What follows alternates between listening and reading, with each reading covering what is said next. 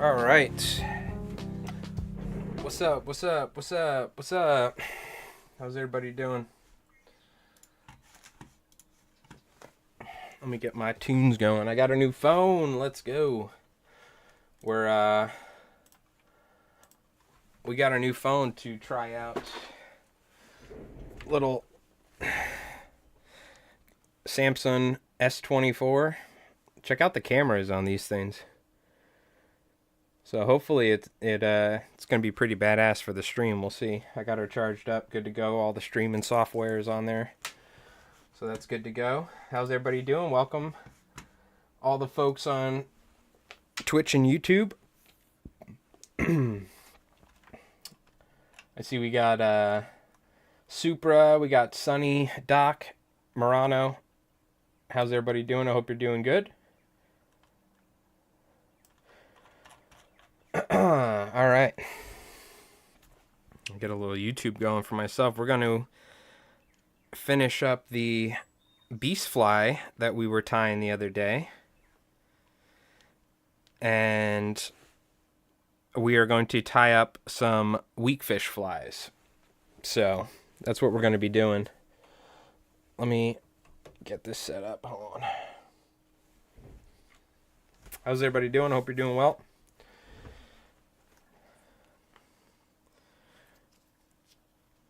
Get some tunes going for myself. Uno momento, por favor. You could see the beast fly that we were working on last time. So we got to finish this up. The Ultra one has some crazy zoom, just as good as the DSLR. Yeah, this is the regular S24, but I think it's going to be an upgrade. We had the S20 FE, which was the cheaper version of the S20 back in the day. So we'll see, I guess. Let me do something real quick. Hold on.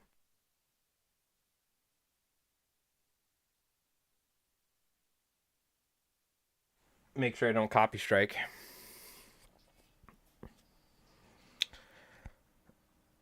Yeah, we'll see how it goes. Hopefully it looks pretty good. I have faith that it's going to be an upgrade from what we were using. Jacked up my back changing a water pump. Oh, sorry to hear that, Sonny. Ugh. I actually just took my truck battery out. It's I got a brand new charger, and I was trying to charge my truck battery, but it's not taking a charge. So I got a brand new electric smart charger. It wasn't showing any connection whatsoever to the battery, so I brought it back to Advanced Auto. It's supposed to have a 24-month warranty, but what do you call it? They have to test it, I guess. So we'll see. Hopefully, I mean, it's like $200 battery. I got it. It's less than a year old. Truck sat for like a month or two, and it just won't take a charge at all. So I think the battery shot, but hopefully they'll just give me a new one, so I don't have to deal with this BS. But all right, we are going to work on this beast fly. So what we're going to be doing is we're going to take this, put our thread back on there, tie probably about 2 or 3 more hollow collars, and then we're going to attach it to this size 6-odd Arex Bob Popovic signature beast fly hook. I don't even know if this is I kind of wish we had a Launer shank hook like this 4-odd Bob Clouser I feel like we could use. Just because I would like to get more length. So I guess we're going to be using the mono to get a lot of our length. So we'll probably do like maybe 3-4 more collars or something, and then we'll tie it on, and we'll have a pretty serious fly to be fishing with, right? So we got to get some thread on here.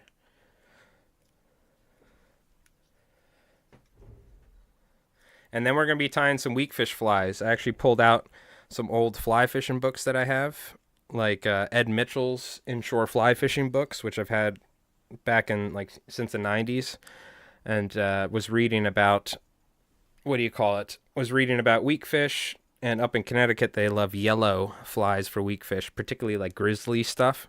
So I was figuring we'll tie some, maybe like a snake fly, maybe a deceiver, and maybe a jiggy with yellow and like orange and some chartreuse, and with grizzly hackle. It seems to be a popular color for weakfish.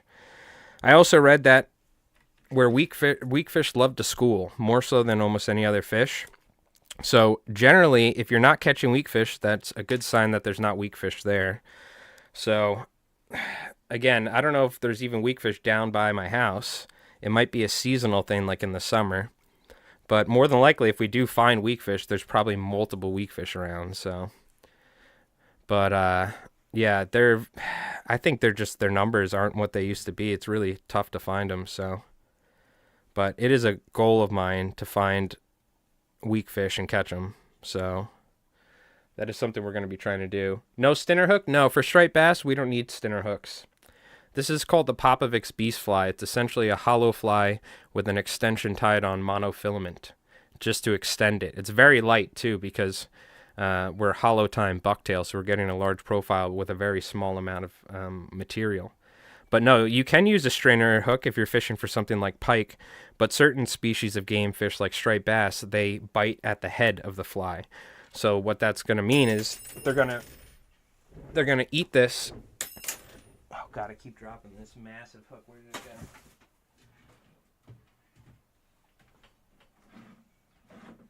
go? Oh, I see it. Big old 6-aught. So what that means is even though this fly is going to be 12, 13 inches long, the striped bass generally bite it at the head because that's how they attack. They don't have teeth and stuff like that. So what they do is they use the suction. They also stun bait fish by grabbing them by the head. But that is one of the benefits about what do you call it? Fishing for striped bass. We don't have to use stuff like that. Okay. We got our thread on there. We can go ahead and start tying some hollow ties.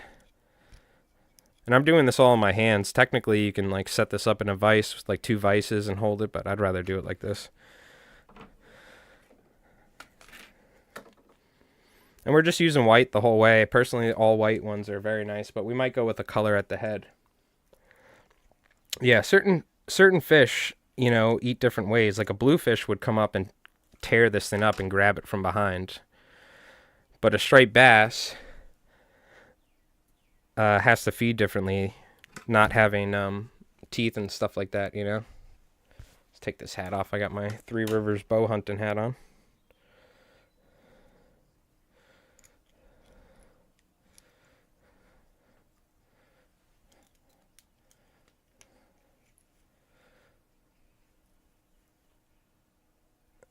Spread that around. Cinch it down pretty good as well, and then I can put it down. I had somebody comment on one of my YouTube videos, and if they end up watching, they were asking, why did I end up wasting so much material?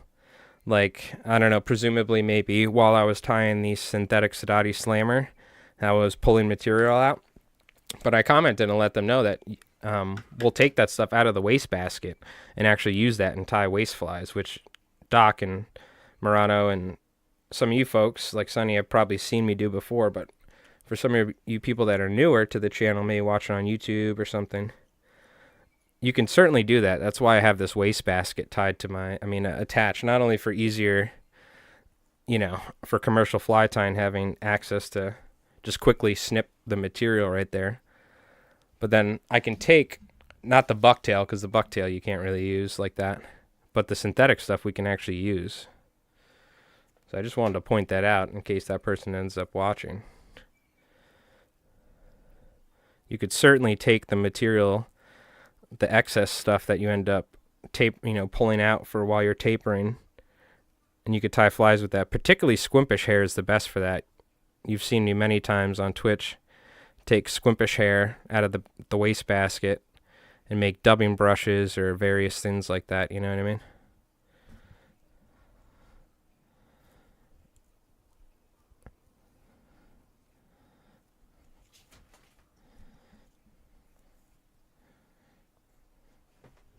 So now we can essentially build up our thread here. Hey, Anonymous. Alright. Now that makes sense. Fearmonger. Thanks for the stream. Also, thanks for taking my sister out last night. I heard it went great. Yeah. I see right through your facade, fearmonger. I know it's you. I only date one of my viewers' not daughters, sisters. Yeah, right. Tell your sister to call me back, all right? If I was only so lucky enough. And here I thought I was getting brand new viewers. I'm just getting catfished by my Twitch viewers. Unbelievable.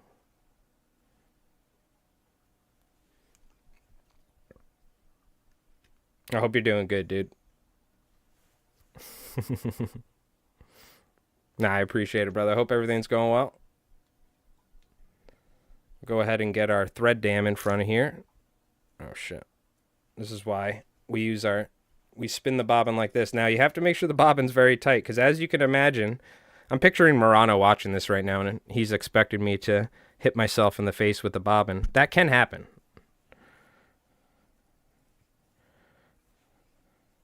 Can happen.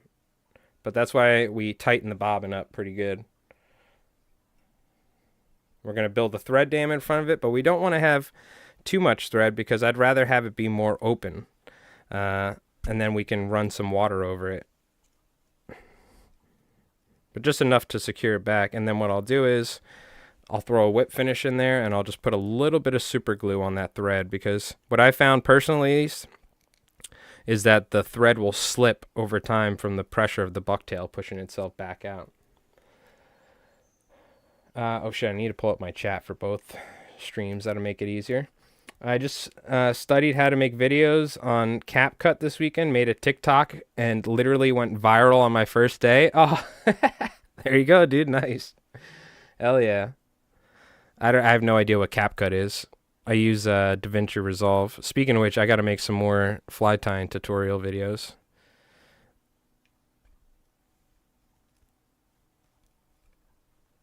Already going viral. Look at you. Next thing we know, Fearmonger making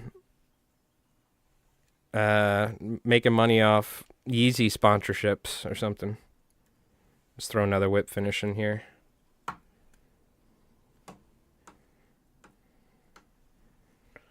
Hit that with a little super glue. That's awesome. What was the video about? I just expected the bobbin to go through the roof.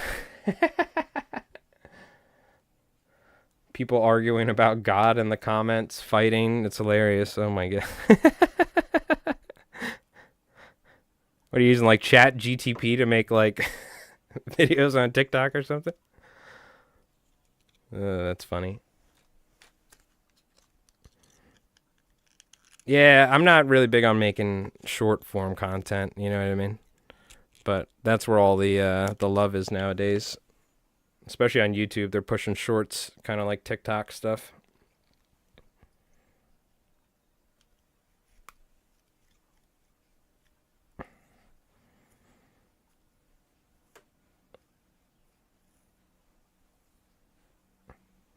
So we'll do probably like 1 or 2 more collars, and then we should be good. This is only a 6-odd beast hook, so. It was the Iran president died. I heard the Iranian president died in a helicopter crash. And yeah, Chat GTP helped me out a ton. How did I know you were using Chat GTP? You know, there is the idea that in the future the internet will be, and it already is, but the internet will be completely, almost like 99% AI made content, and it's just going to be flooded with just BS. It's called the dead internet theory, where it's like all AI just talking to each other. Very interesting stuff. Just look at Twitter, yeah. Yeah, it's a very interesting thing. You should look it up. I think it's called the dead internet theory is what it's called. Yeah, it's going to happen in a year in this rate, yeah. Just look how many different YouTube channels that are popular are completely like AI voiced, AI scripted, you know what I mean? About Elon Musk going on a date with an alien in Mars or something. Those sorts of channels. That's all it's going to be in the future. Luckily, I don't think we have AI videos about tying beast flies yet, so I don't need to worry about that yet.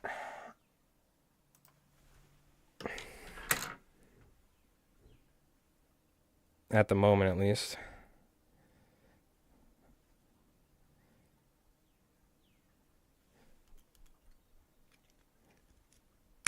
Oh, no.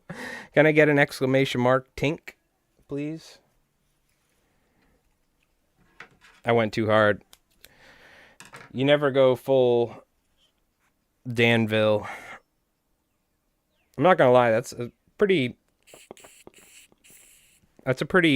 drawn thread. It takes quite a lot of pressure to break this.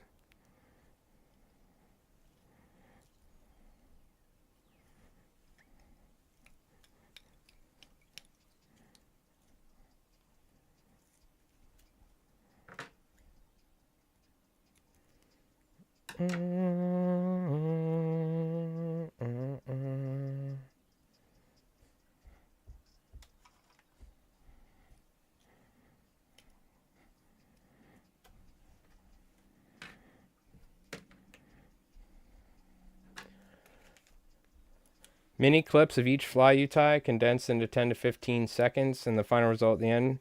Yes. No, I totally know. They're really trying they're really trying to push me to do shorts.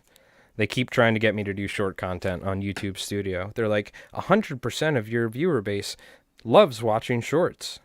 The problem is, like, once you start doing short content on YouTube, then it forces your channel and almost pushes yourself in the algorithm to do that, and then it stops like showing your main videos and stuff.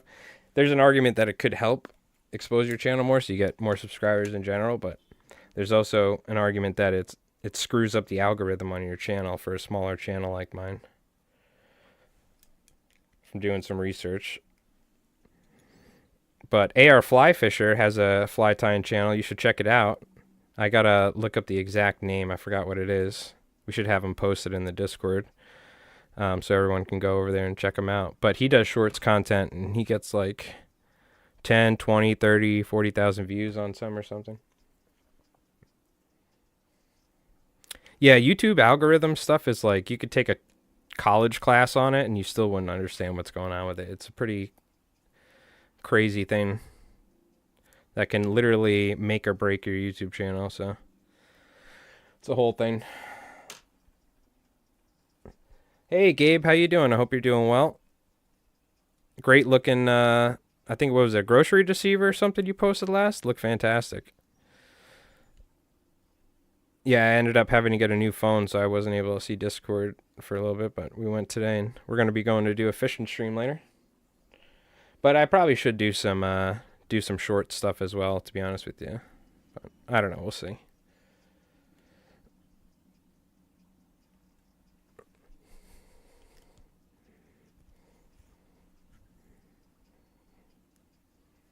Yeah, nice looking fly, Gabe.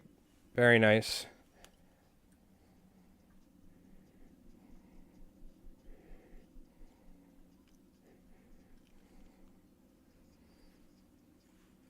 I'm so sick of tying beast flies, but at the moment I love them.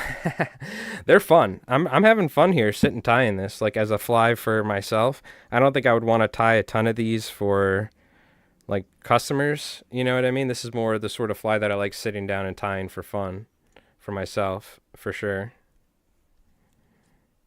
Because they are kind of a treat to tie.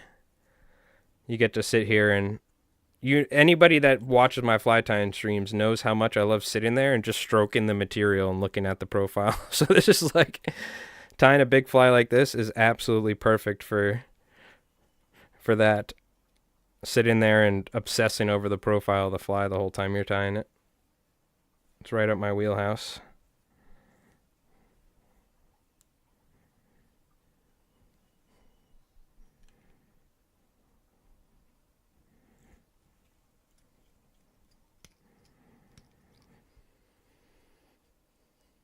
I wasted mostly bucktail with them. Most of my bucktail is gone. Yeah, I've pretty much gone through about a third of my good white bucktail tying this. And all it takes is one bluefish. So there were some people that was asking me on YouTube comments recently if you can use bucktail for stuff like flatwings, and you totally can. I mean, like synthetics for flatwings if you don't have bucktail. But I would, if you only have bucktail, I mean, small amounts of bucktail, I would definitely conserve it for the flies where you care about having movement. You know what I mean? For something like a flatwing, for instance.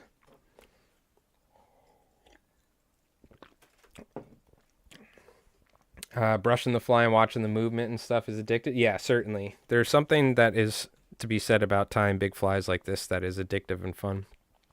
From just manipulating the material and all that, you know what I mean?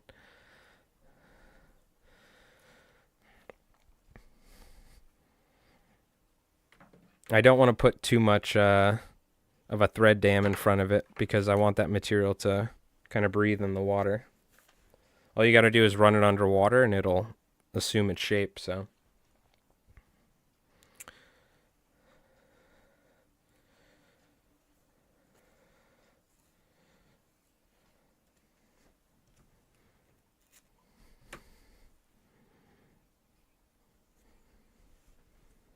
I'm going to split this up in half here, top and bottom.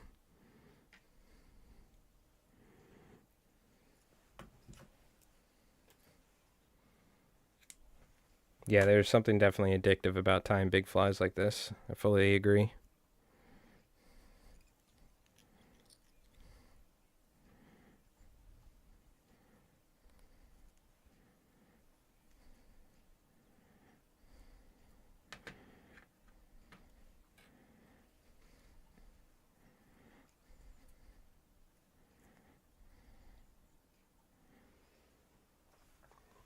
In fly design, Popovix has an all-synthetic beast fly. Oh, yeah, for sure. You could tie an all-synthetic beast fly with something like Steve Farrar fiber. It's all about just using small amounts of material, right? But that's a funny thing, Gabe. You'll get a lot of people that are, I don't know, they're almost like gatekeepers when it comes to certain flies. As in my Squimpish hollow fly video, there are people that are like, I don't know why you would ever tie a hollow fly without bucktail because it's completely goes against the point and you're losing the movement and then it's going to be heavy. And I'm like, dude, some people don't have access to good quality bucktail. That's why I tie hollow flies with Squimpish material. Because there was a while where I couldn't get hollow fly quality bucktail without spending $15 a pop or something. And not everyone has like hundreds of dollars to spend on multiple colors of bucktail. But it's funny, like some people think, you know, it's sacrilegious to tie a hollow fly with something other than bucktail, but that is completely not true, Gabe. You're totally right. Popovix himself ties these flies in synthetics at times. Obviously, bucktail is the more preferred way to go, but it doesn't mean you can't tie one with synthetics. But it's funny. Every trout guy. Excuse me. No, these are salt, and these are probably these are people my age, but they probably also spend a lot of time on Twitter as well. So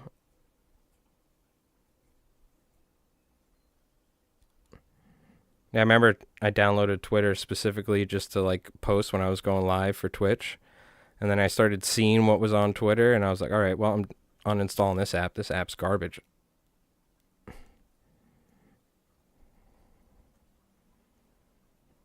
But totally, I get where they're coming from. Bucktail hollow flies are like the pinnacle, you know what I mean, of natural and fantastic moving flies, you know what I mean? But, like, take it easy, dude. You know what I mean? But that's one thing I've learned is a lot of times people like just complaining about stuff on the internet.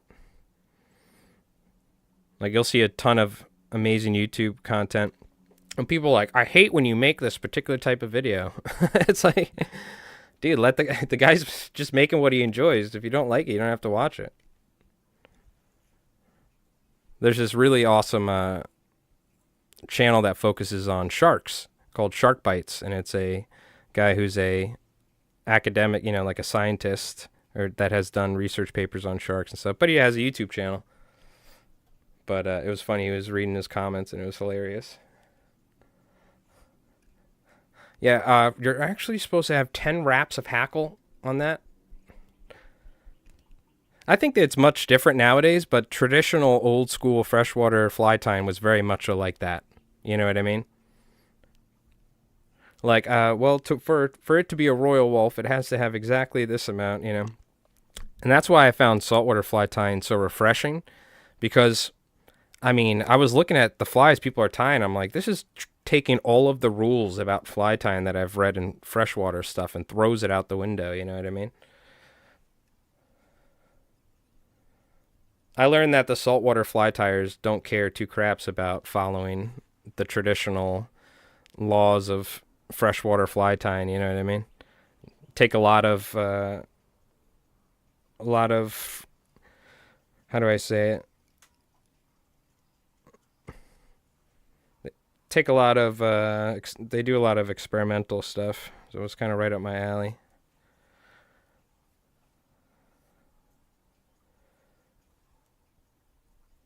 People who tie the salmon flies otherwise. Well, like very traditional salmon fly tying is like a very respectable form of fly tying, you know what I mean? Those guys that I mean they're like art quality picture frame salmon flies, crazy stuff. But yeah, I'm sure that's very much rooted in like discipline of strictly following patterns and stuff. Well, it's like point blank flies. I dug out all my big pike and saltwater flies for last Friday's fishing trip. I weeded out all the ocean patterns from the box and automatically found myself brushing them out again. Uh huh, Marano. Yep, yep, yep, yep, yep. Happens.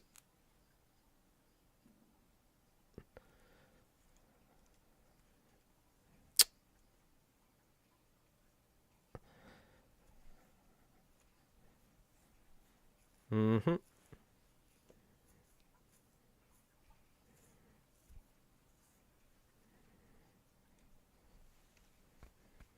I think I'll do one more. Why? I mean, we're just going all out, right? I don't even know how many ties this is. 1, 2, 3, 4, 5, 6, 7, 8, 9, 10. Technically 11 ties. Yeah, you know what? Maybe that's good. Maybe that's enough now that I think of it. I think we've tied a lot. You know what I mean? I think 11 hollow or 10 hollow ties is enough.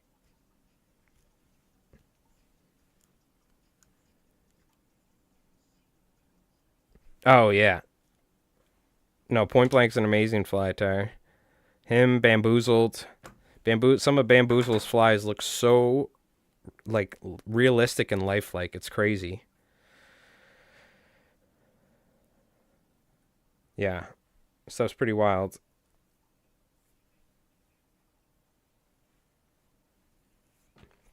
All right. Let's get this hook on here.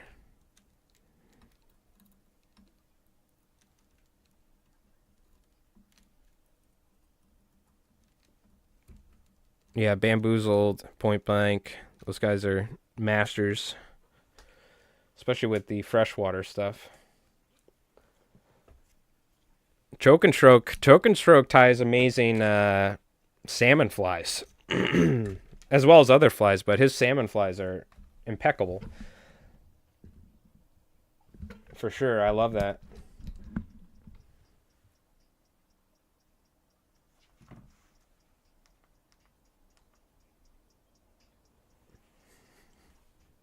Okay, let's loosen this up.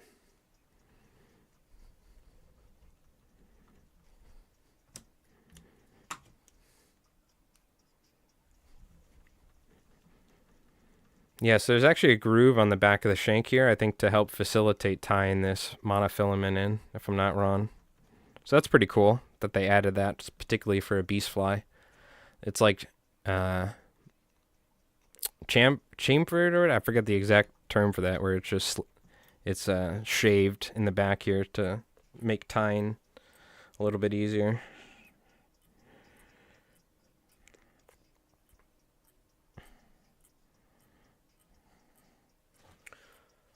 Give you an idea how large this fly is.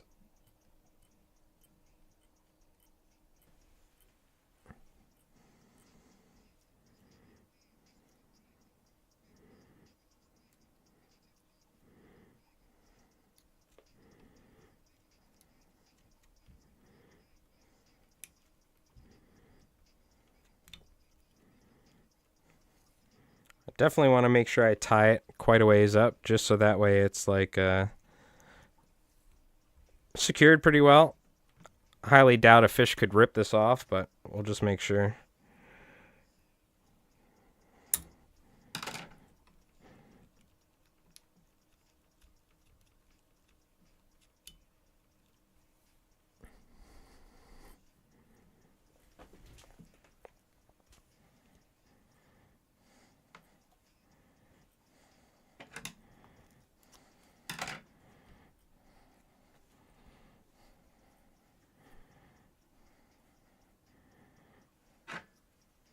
So now we'll tie our hollow ties on here. Actually, probably should hit this with a little super glue. I just treat any streamers as a woolly bugger or deceiver in the build-up. Anything else is just up to fantasy. Yeah. I was talking to this random guy the other day, and we were talking. I was like, "Oh yeah, and he was like, "Yeah, this fly," and I was like, "Yeah, It was funny. When I was a kid, back in the early days, I came up with something called a deer hair deceiver and was offered to be put in a book that was about the mother minnow and the evolution of the mother minnow and flies based off of it. And thought I came up with a brand new fly, mixing a deceiver with the head of a snake fly or a slab fly from Tabery. Called it the deer hair deceiver. And then I looked in a book that I had from like the 1980s from Lefty Cray, and lo and behold, there was a fly called the deer hair deceiver. The exact color of hackle and bucktail. Everything. I used the natural deer hair on the back of a bucktail. I used yellow hackle, flash boo, and some white bucktail. The exact fly that I envisioned and thought I created in my mind was in a book that was published before I was even born. So that's what I always like to tell people when they're like, why don't you come up with your own patterns? Because it's already been done. You think articulated shanks were new? Like Blaine Chocolate created those, dude? People were making articulated shanks back in like the 1900s for like salmon and stuff. Crazy shit. A surf candy is kind of an adaptation of a Thunder Creek minnow, an old freshwater pattern where you fold the bucktail back like a hollow tie as well, and then you coat it in epoxy. You know what I mean? It's pretty interesting. There's a lot of flies that pretty much are just an evolution of another fly, at least for the past however many years. Rod building thread. I used to use rod building thread all the time too, Gabe. You know what I also used to use early on? Sewing thread from sewing shops. There was like stores where you could get thread. There was like, not that these stores really exist nowadays, but like craft stores specifically for like sewing and stuff. I think it since has gone out of business, this like little mom and pop place. But I used to go get sewing thread from there and use that, which is nowhere near the same as fly tying thread, but you got to use what you got.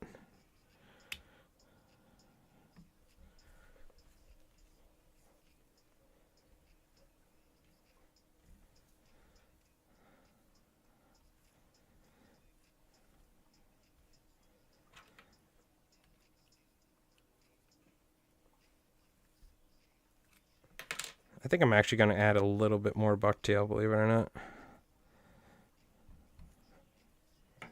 Maybe on the top here.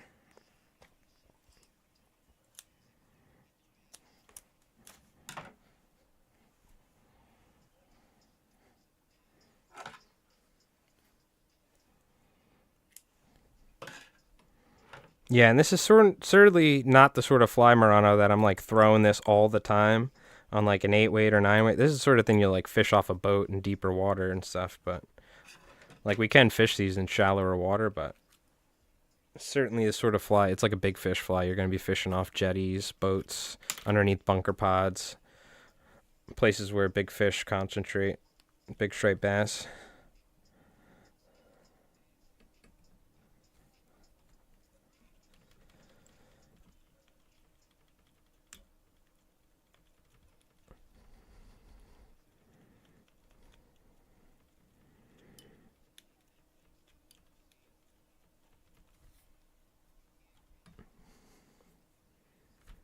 Build the thread dam. See, this is where it's important to tie the material even top and bottom, because on the top there, I was a little bit off. That's all right.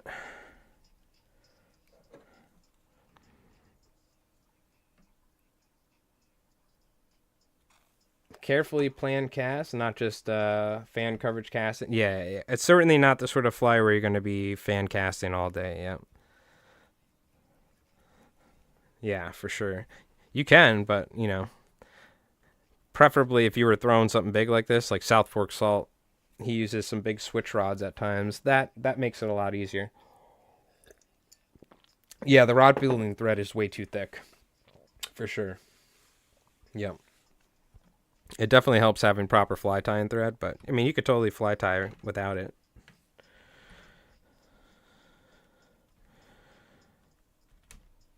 Okay. We'll keep going.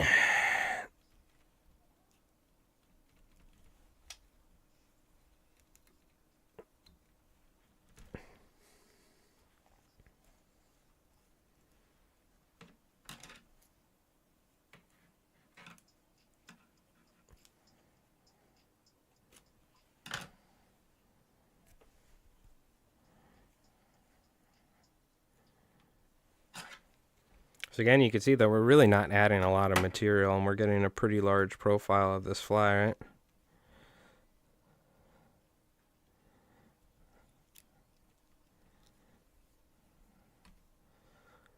And that's the beauty of these flies in reality, is that it really doesn't take a lot of material to get some really amazing results when it comes to trying to imitate big bait fish.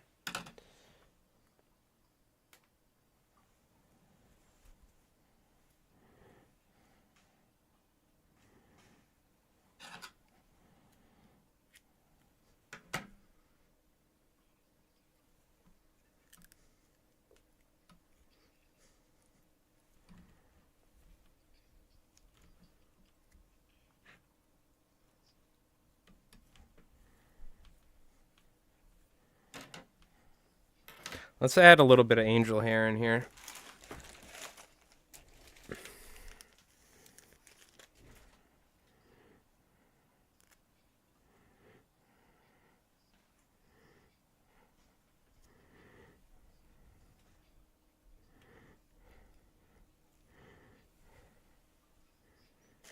I'm going to tie a little bit on the inside, and when we fold it back, it'll be good.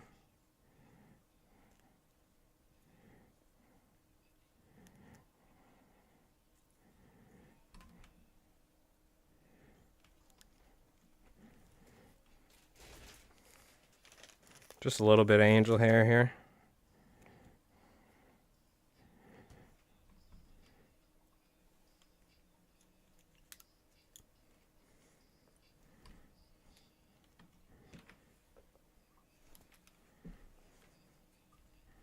And we'll fold this back.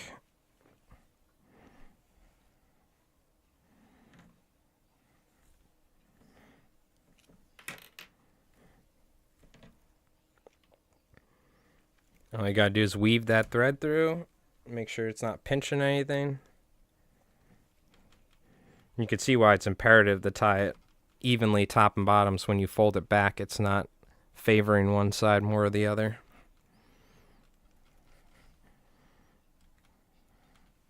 And again, I still want it to be pretty. You'll see the more thread that we wrap in front of it, the more it lays down. I still want it to be pretty pushed open, because the whole idea is that once we hit it with some water, it's going to taper itself. But you can see it's quite a big fly. Now tie something else, Gabe. Don't use all your bucktail on a beast fly if you already got a bunch. Resist the temptation. Tie like dozens of deceivers for when you lose them to bluefish or something. If you got one bucktail or very little amount of white bucktail left. Or you just go all in and tie a giant beast fly. But how many beast flies are you going to be fishing? Now, mind you, each one you tie, you probably get better and better over time. It definitely took me years to tie beast flies to where I even felt comfortable showing them online, you know what I mean? Yeah, a 10 weight might be a little heavy a lot of times, right? I felt pike fishing with an 8 weight and size 2 odd deceivers. Why don't you use the 10 weight or the pike? Do you really not get large enough pike to use the 10 weight? I think just the ease of throwing a larger fly with a 10 weight might be easier on you, Murano. But throwing larger fly rods inherently in itself also can cause fatigue. Casting, if you're not used to fishing 10 weights all day, it could be a little heavy at times.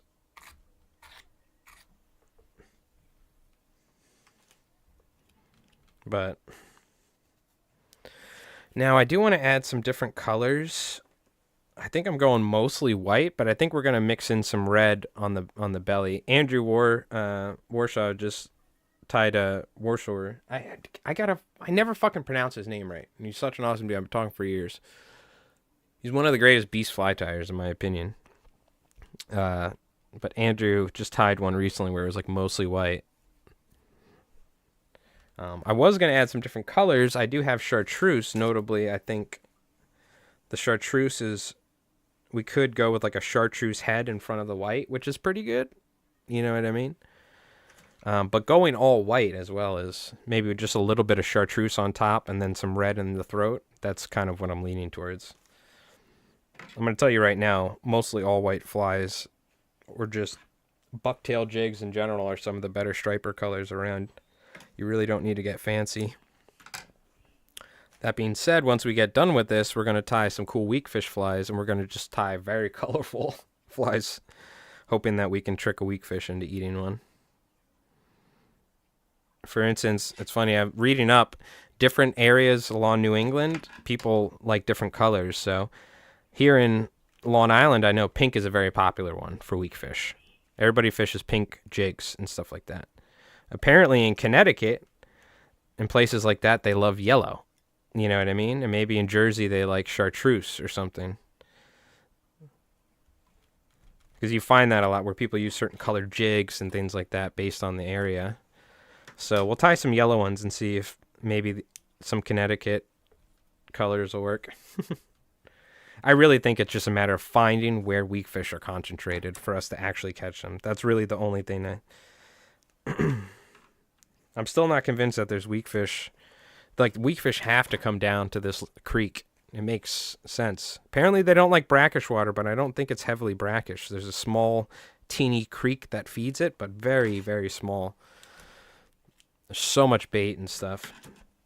I think it might just be maybe the right time of year they come in, particularly at night. You know what I mean? So... But I think I'm just slowly becoming obsessed with weakfish, and my new motto is weakfish don't exist. They're a lie. Just like bonito. We spent like a couple years ago, all summer, late summer into fall, trying to catch bonito, and me and Jeff were convinced that bonito were a conspiracy created by fishing companies to get us to buy materials. Because we could not find a damn one. That's what I caught that bass I posted on, a white bomber, and I've been tying dozens of weakfish flies, but in Jersey, it's really all of the above. Yeah. No, apparently you have some of the better weak fishing in the United States on the East Coast, Gabe, is New Jersey, as well as me here, but I mean, it's amazing how little weakfish we catch in this area. Largest pike fly I've caught is about 3, or largest pike I've caught is about 3 kilograms. This isn't an environment for larger ones here. Gotcha. Oh, okay. Yeah. So what do you have the 10 weight for then? Oh, for ocean fishing, for like on a boat, for like big pollock or something, or like coal fish. Bonito are fast timing, so is everything to hit that run in the northeast. Anyway, yeah, Rob, it's tough. We get small bonito, which they weren't in the past. We really didn't have bonito. Apparently before false albacore showed up in the 90s, the bonito fishing was incredible here in New England. And then the albie showed up and they kind of took over, from what I've heard at least. We had albies show up kind of like in the mid to late 90s in full force. And then not till about maybe 6, 7, or 8 years ago here on Long Island, at least on the South Shore jetties, I started catching really small bonito, like half a pound bonito or something, right? But we were going out to Montauk in my buddy Jeff's boat, particularly looking for larger bonito and stuff like that, you know. But it's like impossible to find them half the time. You're right. It's definitely like a situational thing. If you're like a guide in Montauk, you're more than likely to find like actual, like a pod coming through. But that was our little joke. So now it's converted to Weakfish because I've been going out fishing almost every day in creeks, salt ponds, places looking for Weakfish. And I've done commercial fishing and commercial clamming, and the person I worked with apparently was gill netting in the larger section of the bay right by where I fish, because we fish a salt pond that connects to a larger bay, right? That's fed by a teeny little freshwater creek. So it's a nice salt pond. We usually catch bass in there and stuff. And apparently last year they were gill netting and they had crazy amounts of large weakfish at night in the larger section that this connects to. So in reality, you would think weakfish would come into the creek in the estuary where all the bait fish and all the shrimp are, all the spartina grass, right? And it floods out. And that's what the bass do. That's why we catch bass down there normally. But what I found this year, the fishing is just terrible in general for us. I don't know what's going on. We're like not catching any bass in these creeks in the back bays. Other than some big bluefish recently. Like, we just caught a shad yesterday. That was the only thing we caught. Pencil Tucky? Gotcha. Bought the 10 weight for ledges for like large pollock, coal, fish, and cod. Yeah. I mean, I have a 14, 15 weight for offshore fly fishing. I've used it twice. We have caught sharks on it, but for one of my more expensive setups, I pretty much almost never use it.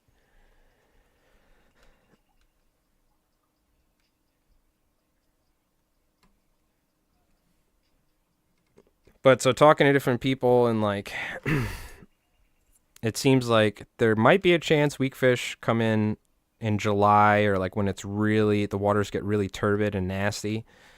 Because I've personally helped people gill net bunker and have seen weakfish and stuff like that in some different creeks in a little bit western Long Island, or in a different bay. And it's always these like hot, nasty, dirty creeks way up in the back bay. So I don't think we're going to be finding large weakfish like that, but at least smaller ones. But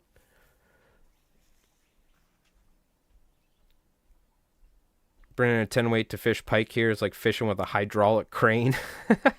Yeah, it was kind of like my 8 weight yesterday, catching that like 2-3 pound shad. As big of a shad that is. After catching like 30-inch bass and big bluefish recently, it was like fighting like literally a bait fish. You know what I mean? I'm tempted to bring a 5 weight down tonight and try and catch some shad on a 5 weight. Now that right there is going to be a fun time, but I also don't want to make it my mission to catch shad. You know what I mean? No offense to all the shad lovers, but we're tying a fly that's about as large as the shad I caught yesterday, to give you an idea for what we like to chase. You know what I mean?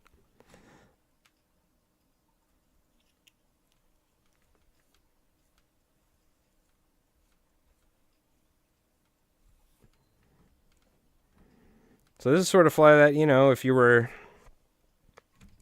fishing, for instance, off Montauk or Block Island, like Shagwan Reef, Montauk, or by the windmills and Block Island, where there's these really deep rips and it's like 50, 60, 70 feet of water, and we're fishing like 600-700 grain sinking lines, stiff short leaders, casting this fly out and like literally letting it sink for like 2 minutes. And then the second you get it as pretty much as deep as you can, you kind of just strip it up, and a lot of times it gets hammered. I was fishing with Mark Sadati, and he was fishing his synthetic slammers, and he ended up with like a nice 20-something pound fish. But it's very tough fishing. You're essentially like dredging your flies. Meanwhile, you could take something like a jig or a bucktail spoon, and you're in the bottom in seconds, and you're much better chance of hooking up on big fish. But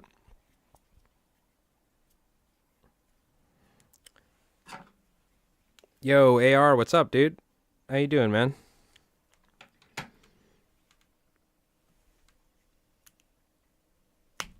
Oh, okay. We need an exclamation mark tink there. Went a little too hard. Damn it. Push it to the limit.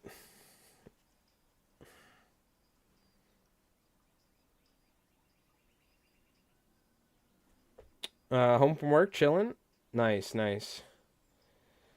Places like Wildwood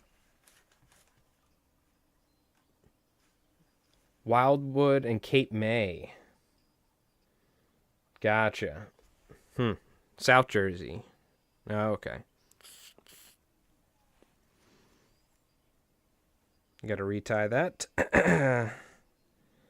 Don't mind me.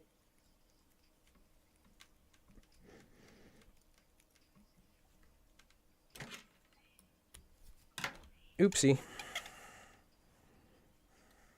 Let's throw a whip finish in there just to be safe.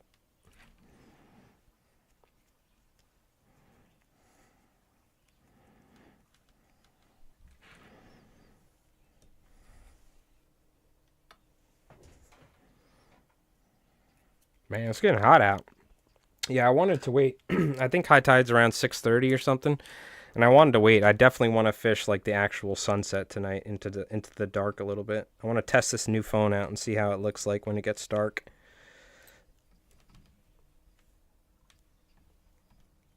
I'll try this new Samsung out and see what it's like for streaming.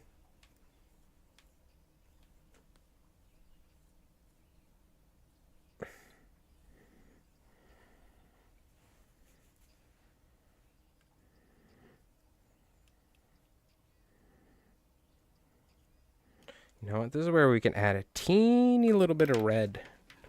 Maybe a little chartreuse on the bottom or something, or on top.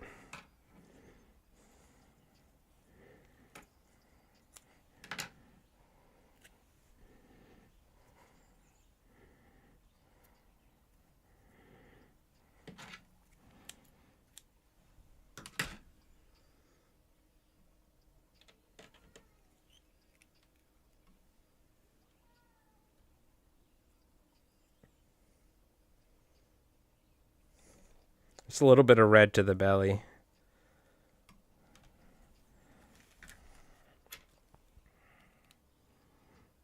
You know what? Maybe a little chartreuse on top. Got some really long chartreuse bucktail, so I saved this specifically for hollow flies and the sorts.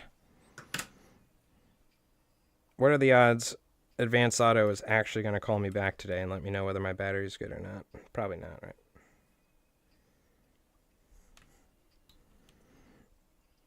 They'll probably say, "Sir, you never even dropped a battery off," and just steal my battery. What are the odds of that, actually? We'll see if they actually abide by their 24-month warranty.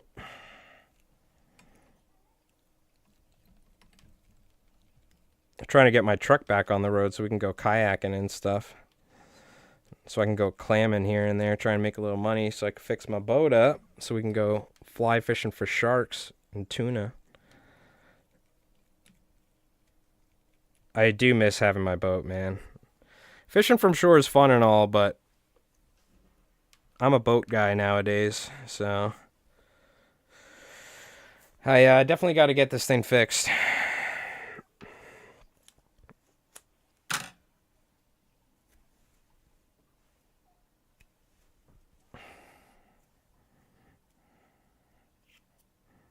This hair's too short. I wonder if that's what that person was talking about, me throwing the bucktail away like that. That short bucktail hair. It's like, come on, dude, give me a break. Come on. Like keeping all the teeny little bits of bucktail in bags.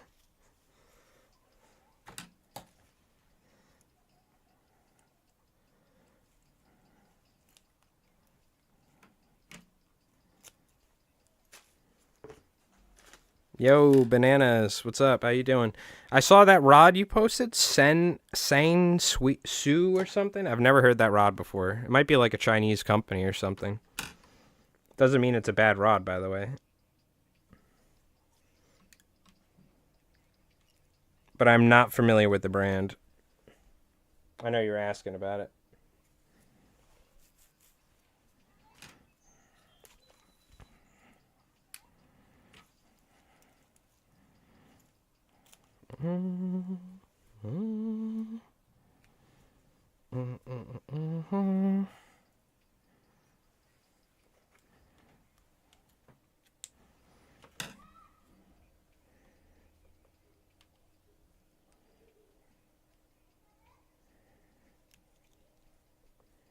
Da da da da.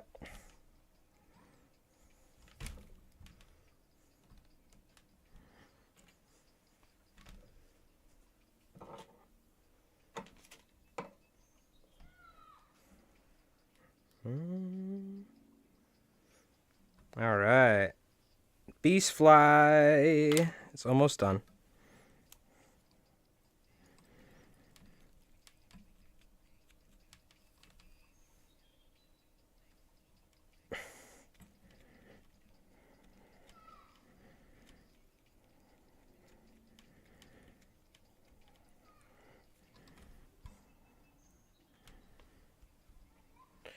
Woo! Big boy.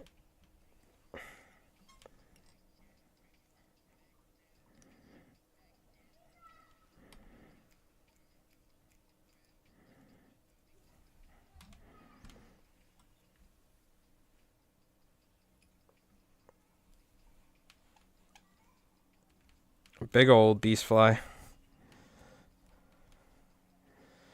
Now, I don't even... Ideally, you'd put like some giant tab eyes, honestly. I don't even think we need eyes in general. It'd be nice, like some jungle cock or something, but... do I have something like some alternative to jungle cock? I don't have any real jungle cock because I'm not a billionaire. I'm not spending $400 on a patch of feathers. And unfortunately, I don't think I have any tab eyes that are large enough, but theoretically, we could like make tab eyes, but do we want to do all that, or do we just leave it like as is? Let me see if I got...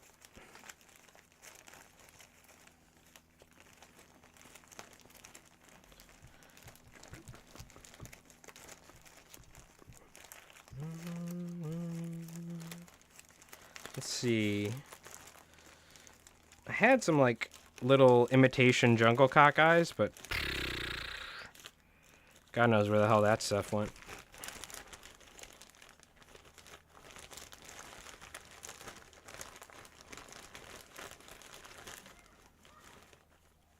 I think we just leave her as is.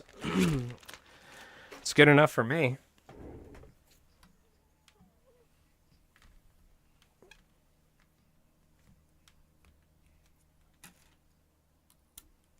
Make sure we hit the thread specifically with super glue, not the bucktail.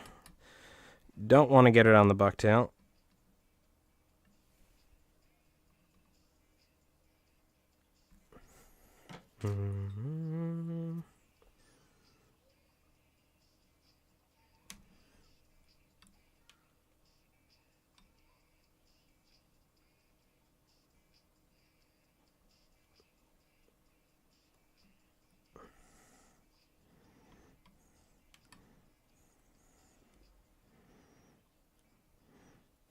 And then I'll hit it with some thread cement as well.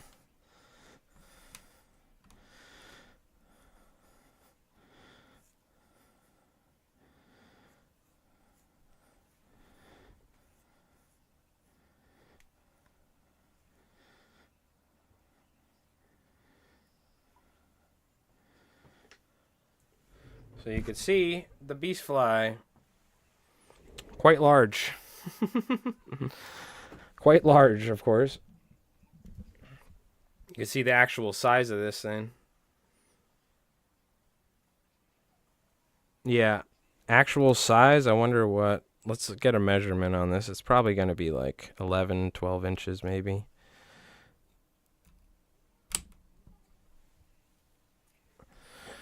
Let's see. Yeah, it's right around 11, 11 and a half inches with the ostrich. Just under, almost 12 inches, so it's about a foot long bunker fly. Very nice. Yep. Now the one thing is we have to run it under water.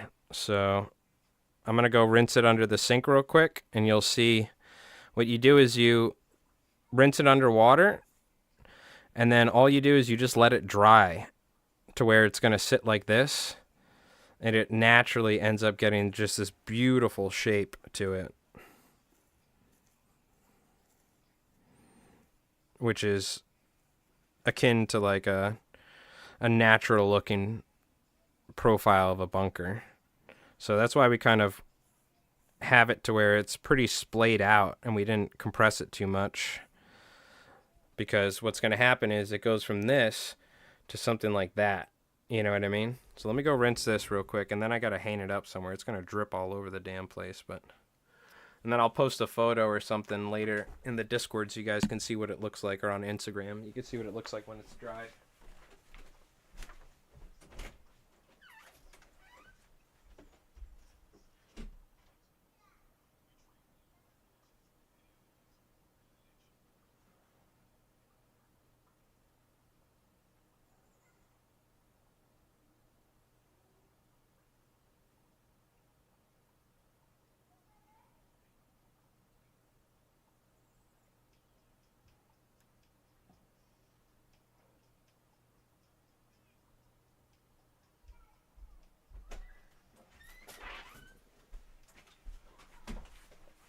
So you can see this is the profile once it's wet.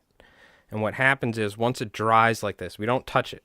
We just leave it like this. It'll actually have this beautiful natural profile to it. So it'll be more splayed open than this, but it'll be, what do you call it? It'll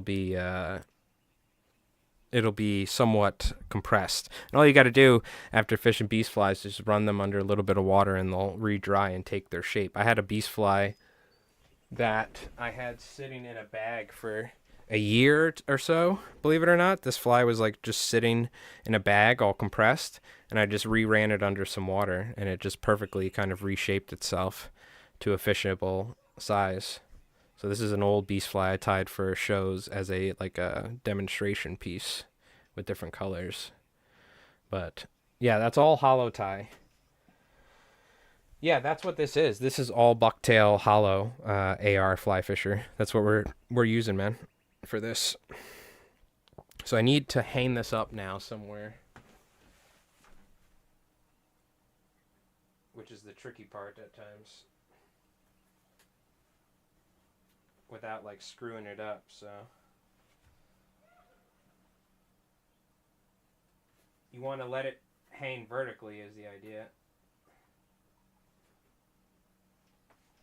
Let me make a tiny hole, and then I should be able to push the barb through it. Let me wet it real quick. Hold on.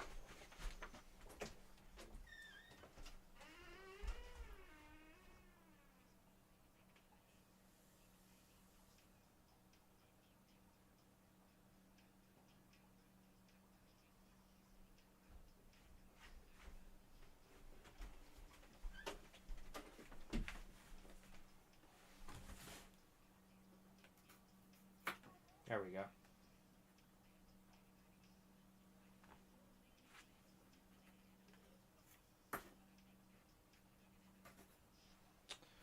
I gotta push it a little bit away from.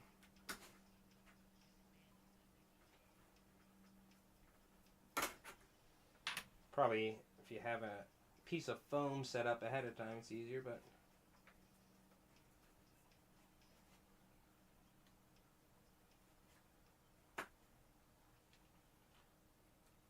There we go.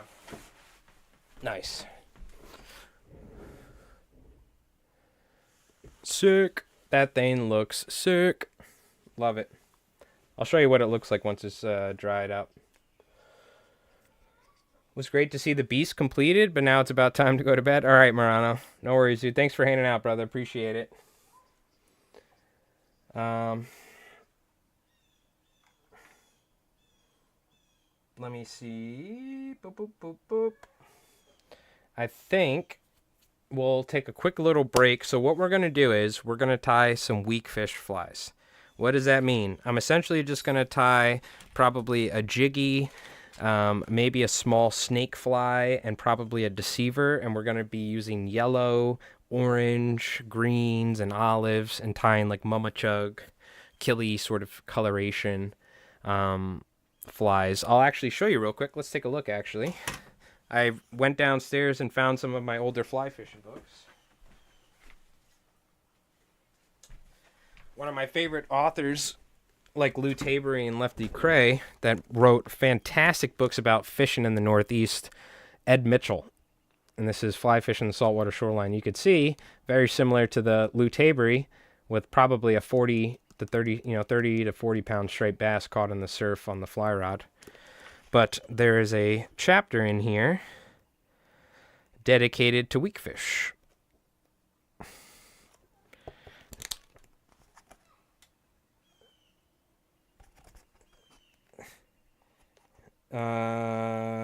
Page 70. And I was reading about essentially the, what do you call it? It talks about different areas, talks about the fish itself, it talks about their foraging and whatnot. There's one trait of weakfish that anglers should never forget. They are extremely clannish. More so than other game fish, they form schools. So they don't fan out on the flats in search of food as often as straight bass. They often stick together. Now that's different for the larger size tide runner weakfish, which actually will split up and do their own thing. But so we should be finding weakfish together if we find them. And so once you kind of find a spot where they are, you should be able to get a good chance at doing it. But here, talking about yellow flies are pretty common, particularly in Connecticut when fishing for weakfish. Now, does he have a photo of one of these? No. Hold on, let me grab the other book he has.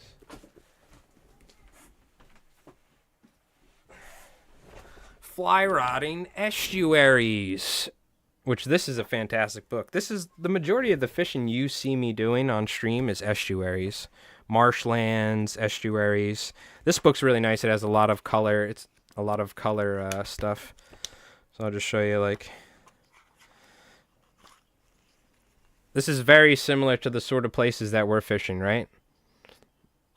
Which are salt ponds and rivers and creeks, things like that. You can see the Spartina grass, as well as showing alewives and grass shrimp.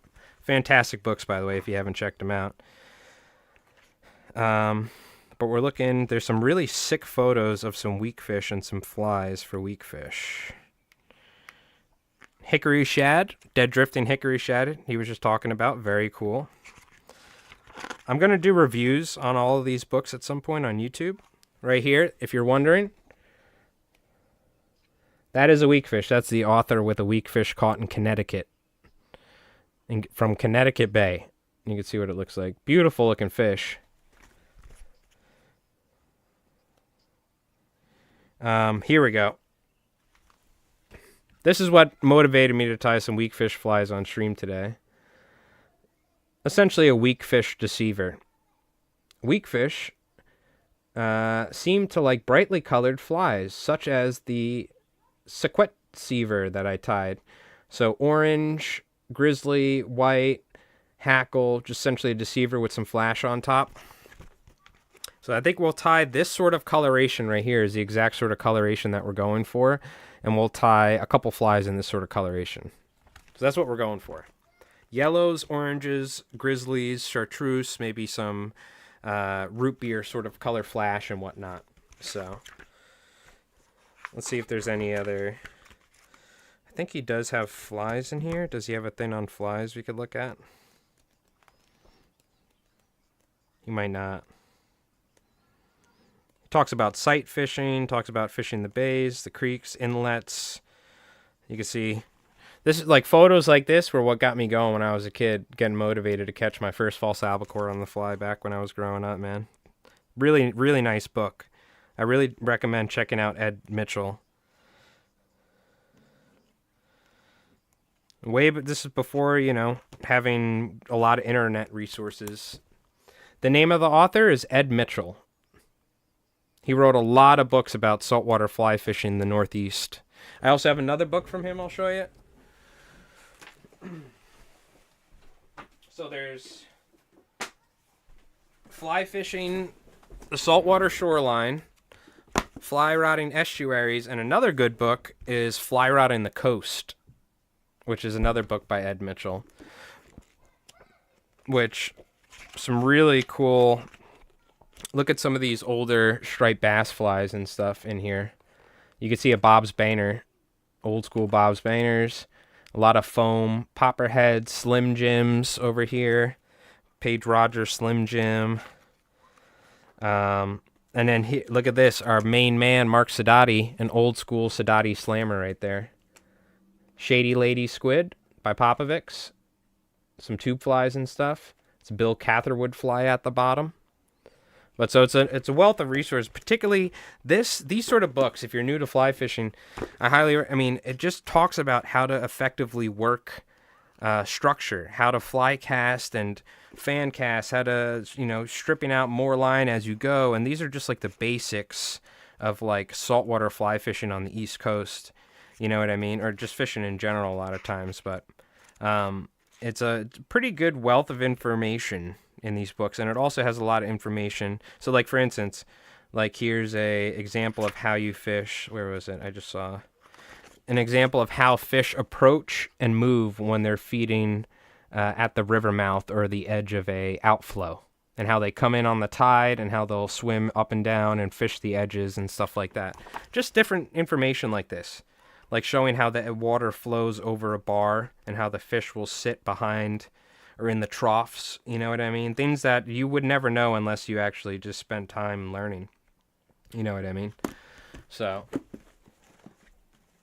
yeah, exactly. So let's take a quick little break. I'm going to go grab a drink, stretch my legs, and we'll tie some Weakfish flies here when we get back, all right? We'll play our Albie highlight, and I'll be back in a moment.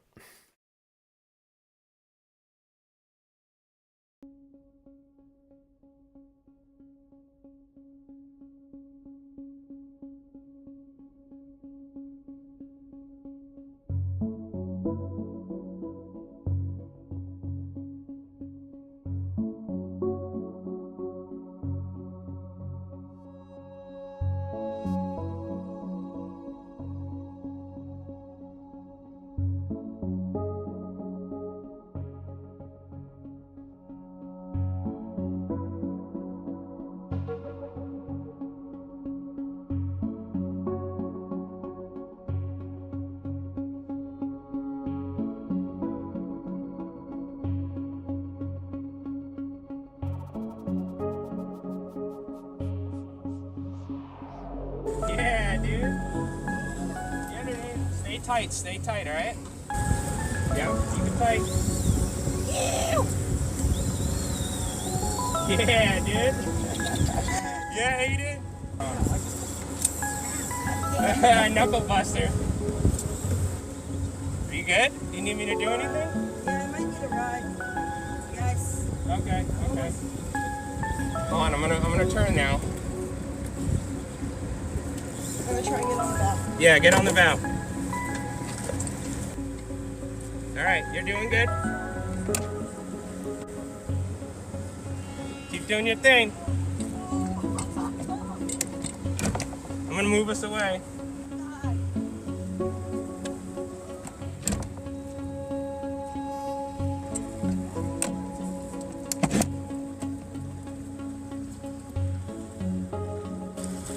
Is that a little one? No, that's a nice one. Oh, let's go! Come here, hold next to your alley.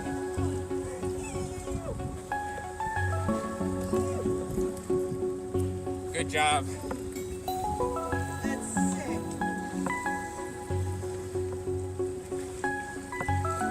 All right. Nice. Go! Woo! Albie slap! Good job, dude. Yee yee!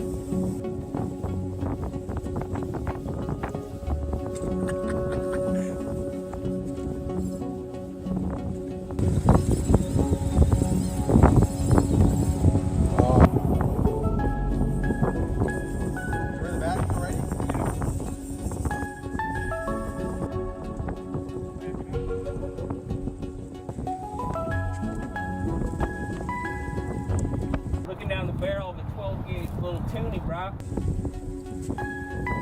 On the albacore too.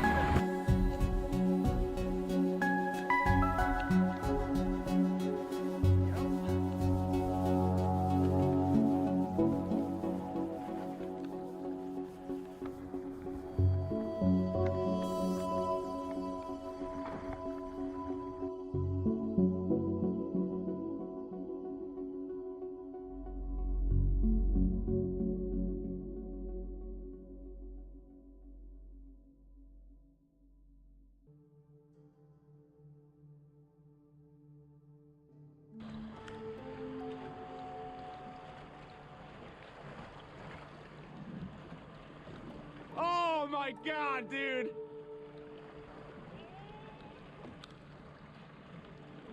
What the fuck?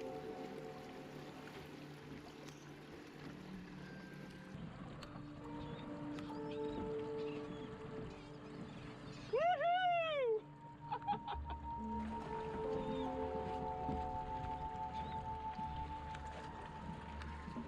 Oh my god.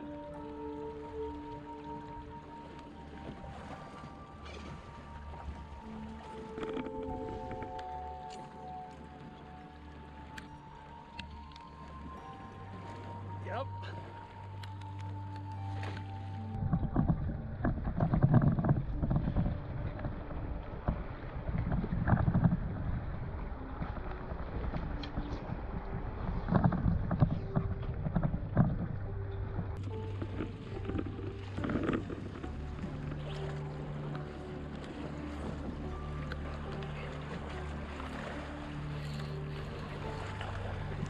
Oh my god!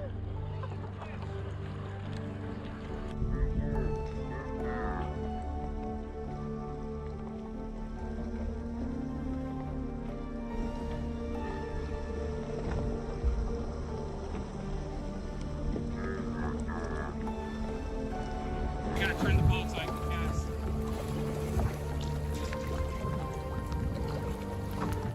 All right, we're back. Looks like Advanced Auto called me, and they are warranting my truck battery. So the battery did go bad. So I gotta go before 6. It's 5 o'clock. So we're gonna tie a weakfish fly, and then we're gonna wrap it up and do a fishing stream later tonight. But I need to, I gotta go pick that up before they close. Luckily, they're giving me a new battery. So, let's tie a weakfish fly for tonight. And then we shall striper weakfish sort of fly, and then I'll end the stream and go pick up a new car battery for my truck. Let's see. I'm thinking maybe we tie like a jiggy with feathers and hackle, because we've just pretty much tied pure bucktail and flash. So I would like to, here we go, our Shauna C hooks. Yeah, no, luckily they're giving me a new battery, because that was kind of a pain in the butt. I did not want to have to spend, I just bought a new phone. Last thing I wanted to do is have to buy a new truck battery as well. We're trying to get the truck back on the road and then go kayaking. That's the idea. We're just going to bend this slightly like that.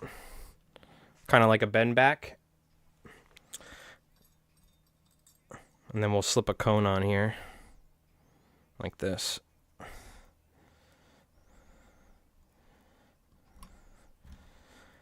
And now, take a little bit of thread.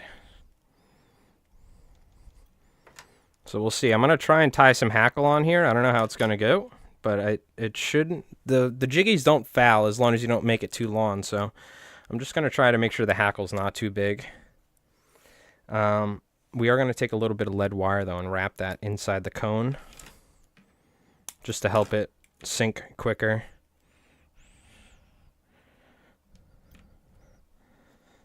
We're going to take this, slip the end in, and tie it. Give it a couple wraps. And then we're just going to kind of loosely wrap this.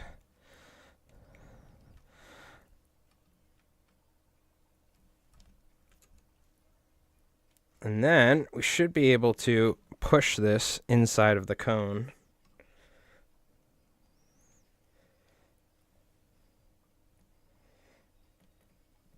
It kind of helps if I take a pair of pliers or something and do this part. Let's see if we can just use my fingernails here. Now a little bit of thread just kind of helps me initially get that started. Let's take my bodkin and like push that in there. Yo, PS, what's going on? We finished our big beast fly, which is drying right now. And we're whipping up a quick weakfish fly. What's going on, Fearmonger? But I just got a call from Advanced Auto, and they are warranting my truck battery that ended up going bad. So I got to go pick that up here in the next 30 minutes.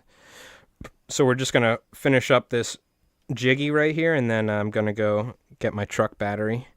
And later tonight here on Twitch, we're doing a fishing stream because I got a brand new phone after my screen finally broke from getting wet the other day.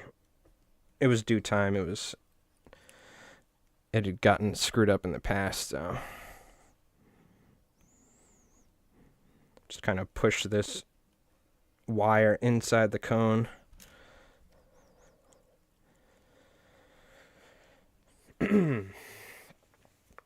Yo, Frosty, what's up, brother? What's up, dude?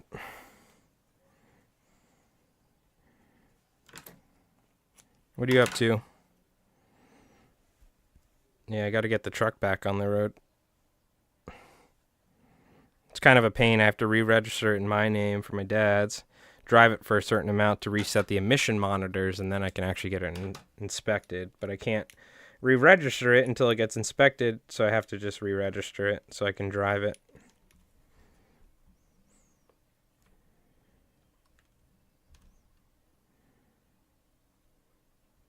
Oh, you know what? Hold on. Before I do this, let's get some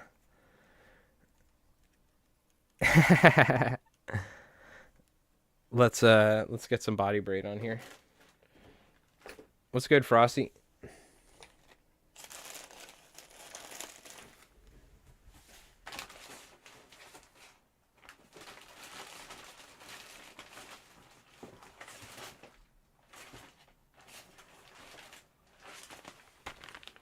Where is my body braid, now that I think of it? Should be in here, right? Yeah, it is. Thought so.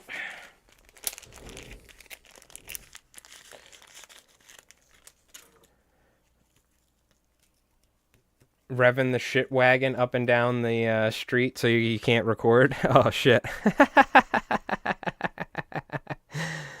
Good. I was trying to record a YouTube video the other day for fly tying, and the freaking landscapers for my neighbor showed up and for like 4 hours. I'm like, oh my god, forget it. Forget it. I'll do it then some other day. You gotta have that lawn nice and maintained for showing up once every week, or once a month.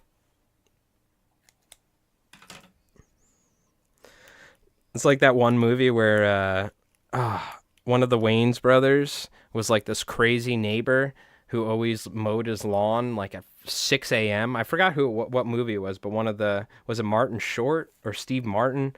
They like moved into a house and this guy mowed his lawn every morning. It's like at like 5 a.m. and it was this battle ensued between them. It was hilarious. It like completely ruined the guy's life. I forgot what movie that was, but I think it was one of the Wayans brothers, and he was like an ex-military dude that would mow his lawn every morning. I could be wrong. I think it was like maybe Marlon Wayans. I could be wrong. It might be someone else. All right, we need some yellow.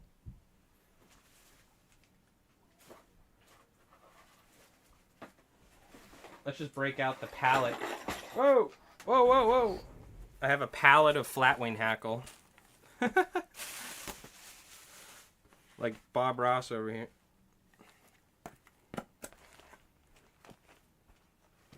Here we go.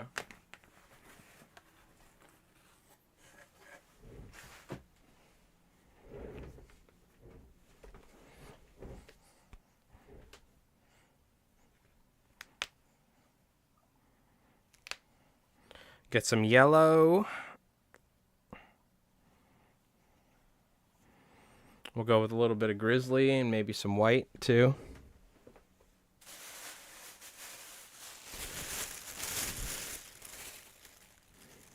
Going with like thinner hackle. I have a bunch of white hackle I pulled out at some point. I'll use this. Yeah, I'm not certain if the jiggies work with this, but I guess we'll find out. With hackle like this. Kind of like a deceiver, if you will. I think if we make it short enough, it won't foul. I guess we'll give it a try later. We'll go fishing.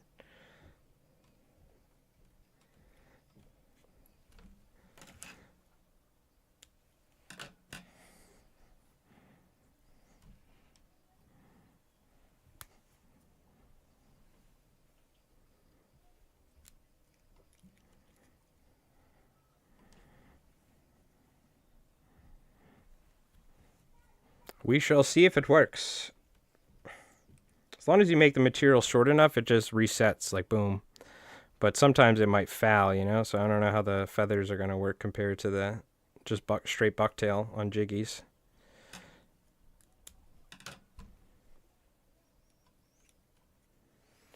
Let's get a little bit of flash.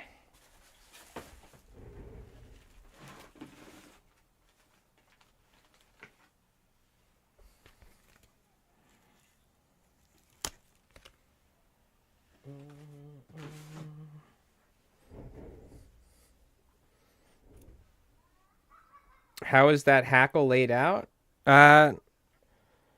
Is it layers? Or no, that's the actual patch. That's the back of the chicken cut off and dried with the dried and cured skin on it. This is an actual saddle patch, they call it. This is how it comes on the chicken before it's pulled off and strun for something like Chinese hackle, let's say. Chinese saddle hackle.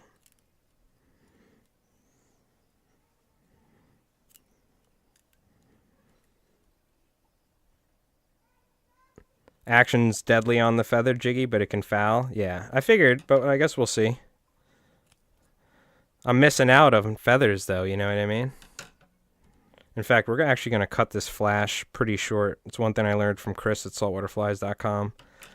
Cut the flash shorter than the rest of the material, and it'll be less likely to foul on you. Tips and tricks. Yeah, it could be a little bit more expensive to buy it like that, AR, but it's worth it.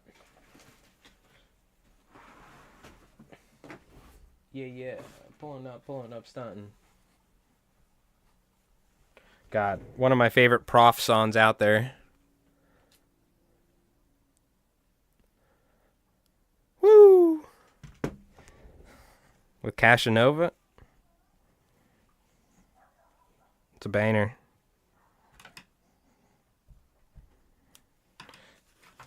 Can we? Oh, you know what? I'm going to get freaky with it real quick. I want that grizzly. I like that grizzly look that Ed Mitchell had, so, on his deceiver. I feel like we got to get some grizzly action. But now we have 6 hackle on a jiggy. We'll see how it goes, I guess.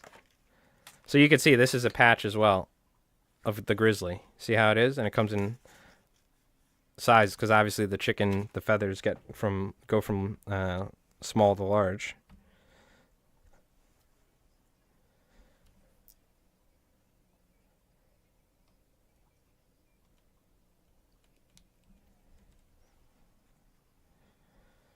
But we never know what this will fish like if we don't fish it. So yeah, we're gonna finish this fly, and then I got to go to Advanced Auto and get my new truck battery. So, but later tonight we're gonna be doing a fishing stream here on Twitch. So if any of you folks on YouTube want to check it out, there's a link in the description below. We'll be going live on Twitch later.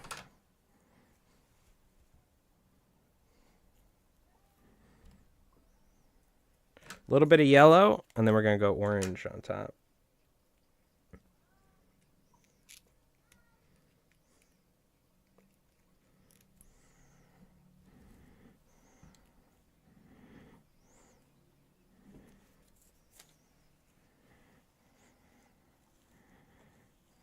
Because why not? We're mixing it up. We're getting funky with our jiggies. We're getting funky.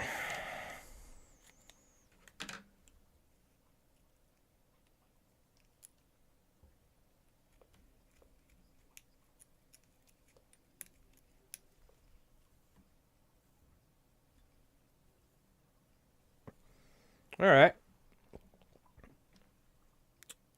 Let's actually go with a tiny bit more orange on top here.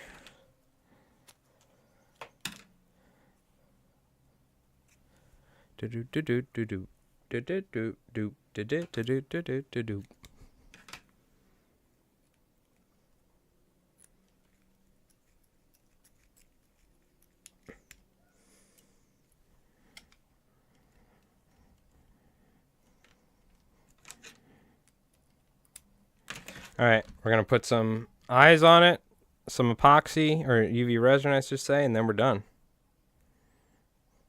We'll see how that fishes later tonight. We'll go fish this down at the creek. I also have my floating set up with a grass shrimp as well, so.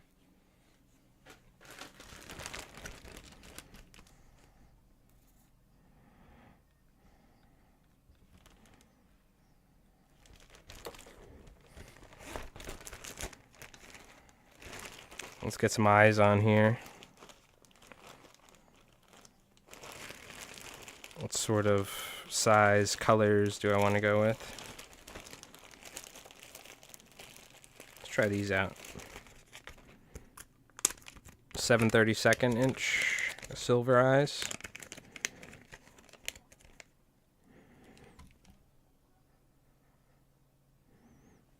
Kind of tuck those eyes right up behind.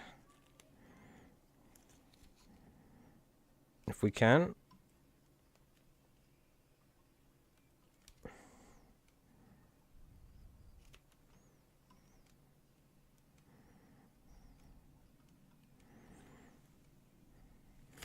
And put some head cement, or put some UV resin on there and cover that part. And we good.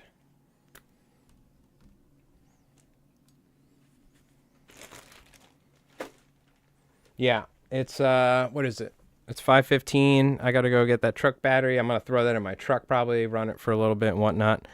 I wanna be down at the water by like 6:30. I'm thinking. So we'll try and be down at the water by 6:30. Be streaming around then. And I want to fish into the dark a little bit and see what this new phone looks like in the low light conditions.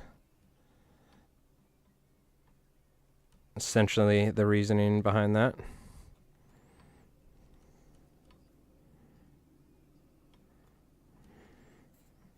All right, let's hit this with some light. Oh, that feather's getting in the way. That's right, we can cut that up. God, there's so much crap on my desk. I have so much Steve Farrar fiber right now. It's crazy. Keep it dry. Oh, yes, we will, for sure. No, the thing that... These phones are great, Stephanie. The issue is I had the screen replaced at some point. So that, like, factory seal gets broken. And over time, you know, the screen itself started... The pixels started dying. And then the other day we fished in the rain and it just was, like, kaput. So, but yes, keep it dry, for sure. It's tough. Just yesterday we caught that, like, 2-3 pound shad.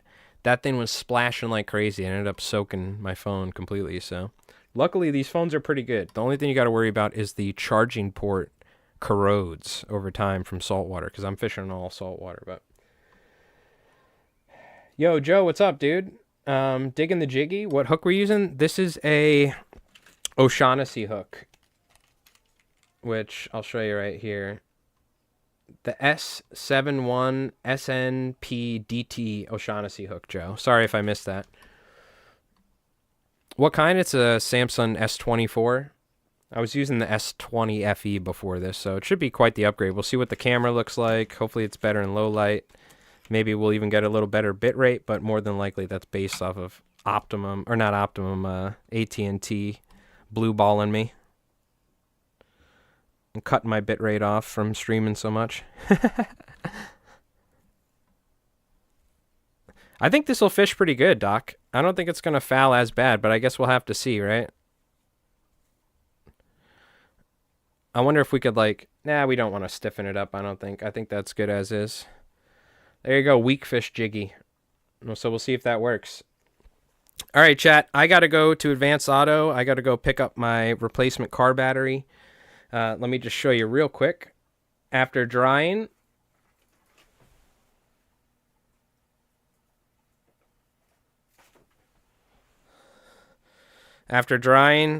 here's our beast fly. Check it out.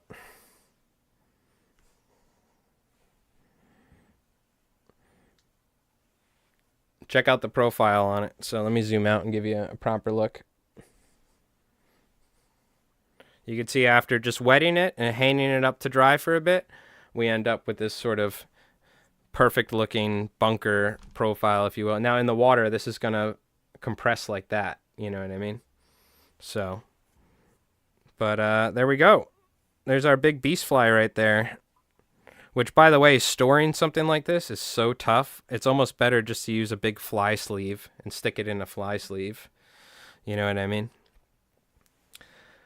That's right, goats. Holy beast, yep. This is 40, 50, 30-pound striped bass material fishing in a boat underneath a bunker pod in the ocean sort of deal, or off the coast of Montauk. Or, you know, what do you call it? Block Island or something. But I got to go pick up this truck battery. Appreciate you folks for hanging out. We got our big beast fly tied up. We're going to be chucking this weakfish fly here a little bit later, and trying to see if we can catch some striped bass or something down at the creek. So I'll see you folks in a little bit, all right? Looks like a musky fly. Oh, yeah. Well, a lot of the musky flies got inspired by Popovic's flies and stuff like that. So when musky fishing became a lot more popular, and especially throwing big flies, a lot of those flies were heavily inspired by the saltwater flies. You know what I mean? So, but anyways, big old beast flies. You got to love them. Some of my favorite flies around. So I'll see you folks a little later, right? We're going to be doing some saltwater fly fishing. So appreciate everybody hanging out on YouTube, on Twitch. Thank you so much. Yeah. And it doesn't mean that a lot of fantastic freshwater fly tires have now inspired saltwater fly tires like Blaine Chocolate and all those people like that. So, but I'll see you folks a little later. I'll let you know in the Discord when we're going live for some fly fishing, all right? I'm going to go pick up this truck battery and see if I can get my truck going. So I'll see you folks later, all right? You take it easy.